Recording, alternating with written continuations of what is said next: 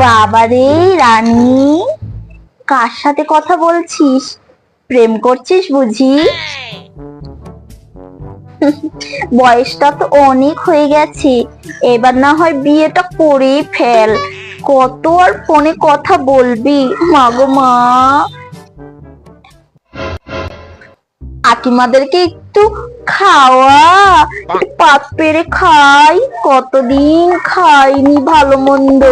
তোর বিয়েতে একটু কবজি ডুবিয়ে খাবো।